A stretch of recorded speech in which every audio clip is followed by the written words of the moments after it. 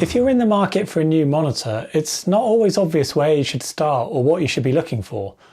All this talk about new technologies, different panels, resolutions, refresh rates, additional features, how do you even try and narrow the selection down?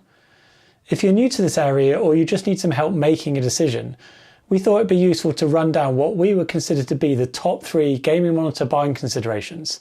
So let's get into it. Number 1, screen size.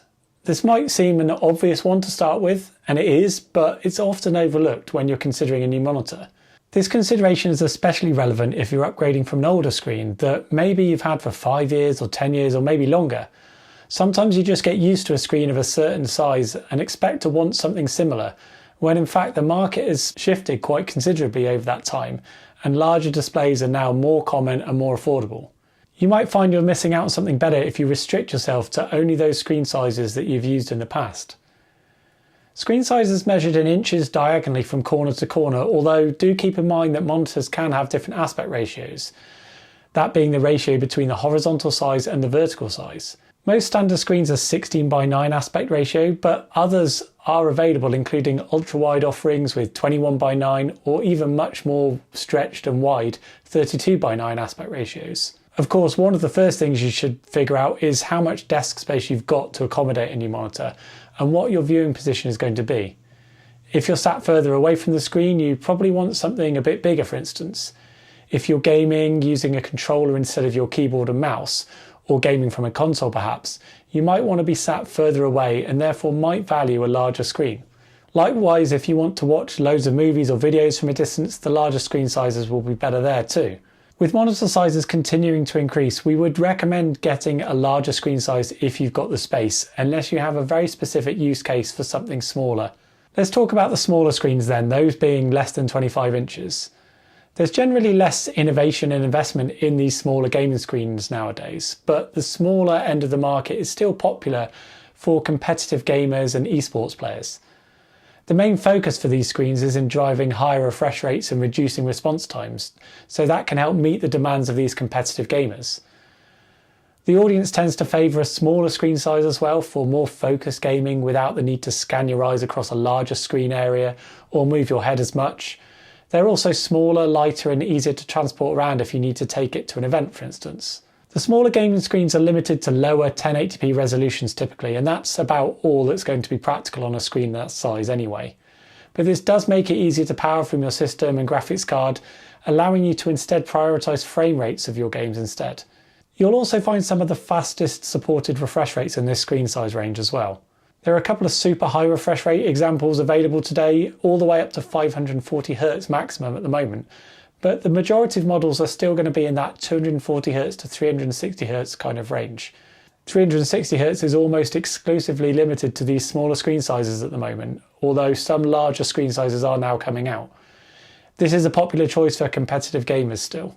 This is also the only segment nowadays where you can find some TN film technology panels, something that we'll talk about a bit more in a moment. There are no OLED monitors available in this small size, nor are there any which feature any real HDR capabilities like high-end mini LED backlights, for instance.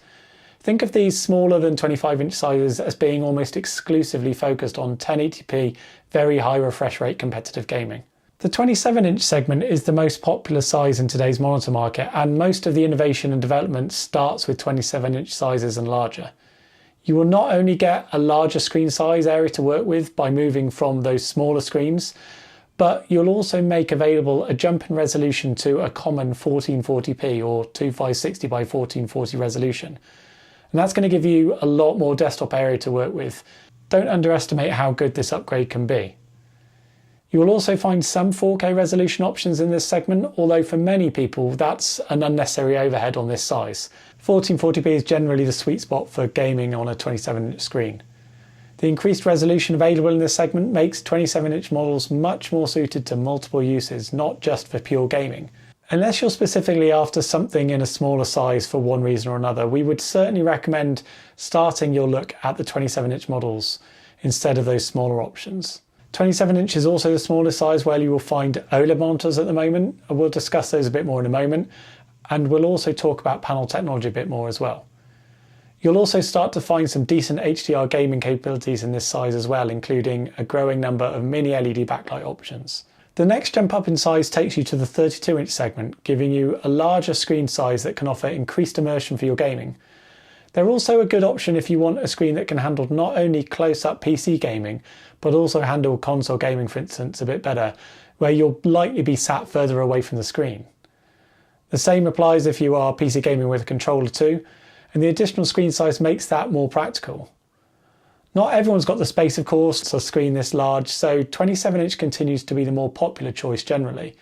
This is also the segment where most people start to see the value in the higher 4K resolutions as well. They're more practical than on those smaller 27-inch size screens, allowing you to also benefit from a larger desktop area after lower percentage scaling. The increased pixel density as well is also great for gaming, which increases detail and sharpness, and it allows full support for 4K gaming as well from modern devices like an Xbox Series X or a PS5 for instance. OLED panels are only just starting to appear in this size, and you'll also find quite a few high-end screens with premium HDR capabilities as well, mini LED backlights if you want that kind of thing.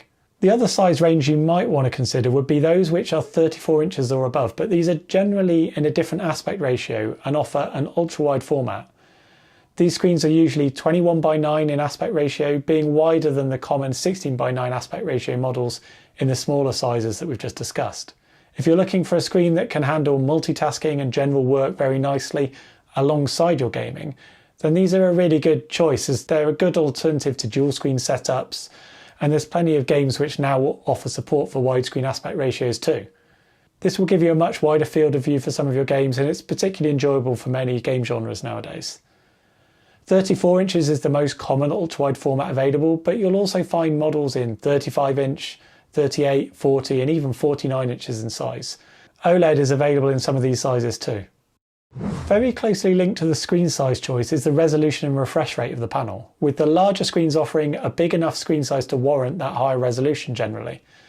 There's a fine balance here for gaming though between increasing the resolution, which will give you more detail and sharper image, and increasing the frame rate and refresh rate of the screen. A 4K resolution, for instance, is 4 times as demanding as a 1080p resolution on your system, so you won't get as high a frame rate in your games. Your priority will really depend on the power of your system and graphics card, your competitive standard, your level of gaming, and the type of gaming you're playing as well. If you're playing competitive FPS type games, then you'll probably want to prioritize frame rate and refresh rate instead of resolution, and therefore those lower resolution screens will probably be preferable. This is one of the reasons why smaller screen sizes like those 24 inches 1080p resolution models are still very popular in that market. If you're playing slower paced RTS or RPG type games, you might want to instead focus on resolution and image quality instead of the refresh rate, and so a larger screen size that supports 1440p or 4K resolution will probably be better for you. If you're primarily gaming from a games console, you don't really need anything above 120Hz refresh rate, as that's the limit of those modern consoles, but you probably want the high resolution support up to 4K, which the consoles can support. If you're only a casual gamer but also need to use your monitor day to day for work and more general uses, then maybe an ultra-wide format would be more suited with a widescreen resolution, even where the refresh rate is in that kind of mid-range, typically around 175Hz on those models. Deciding on your screen size will generally lead you towards certain resolutions, and from there you can then decide which is the most relevant refresh rate for the type of gaming that you're doing. Third consideration is not directly tied to screen size, resolution or refresh rate, but it's panel technology. Although in some cases you might find that some of these options are not available. For instance, TN-Film panels are only available in the smaller gaming screens. OLED on the other hand is only available in the larger screen sizes. The panel technology will directly influence the performance of the monitor in a number of different ways, including for gaming.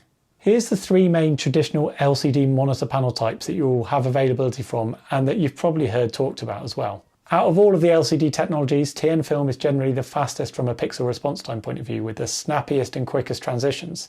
However, it's an aging technology now and hardly used anymore, as there's been big advancements in other panel technologies and those have generally taken over. TN-Film may be very good for response times in gaming, but it is more limited in overall picture quality, especially when it comes to viewing angles, colours and image stability. Think of TN-Film really as just a pure gaming focused technology. You'll find it only in a few monitors nowadays in those smaller screen sizes below 25 inches, but none of them have got any real HDR capabilities, unfortunately. IPS is the most common and most popular panel technology in the market. It's got a very strong all-round performance, including much better viewing angles, colours and overall image quality than TN film. It might not be quite as quick and fluid for gaming, although it's very close in some cases, but it's a much stronger performer all round. IPS is not as good though for darker content with a fairly limited contrast ratio and black depth, and the panels often show pale glow on darker content when you view them from an angle, which is commonly referred to as IPS glow. You will find some HDR capabilities in the IPS panel market, including some with higher end mini LED backlights, although the overall HDR gaming experience can suffer a bit due to that IPS glow that we mentioned. VA technology is generally a slower technology than the others, and therefore a bit more suited to slower paced gaming. The response times are often quite restrictive, especially on certain dark transitions. VA is, however, much stronger than the others when it comes to contrast ratio and black depth, and it's got a better black depth and much less glow from an angle compared with IPS panels. It's therefore a better technology for darker game content and also for HDR. Its viewing angles and overall image quality are somewhere in between the other two technologies. So those are the three common LCD panel technologies. The other technology to mention here is OLED, which is a completely different display technology, but it's now becoming far more readily available in the gaming monitor market and very popular.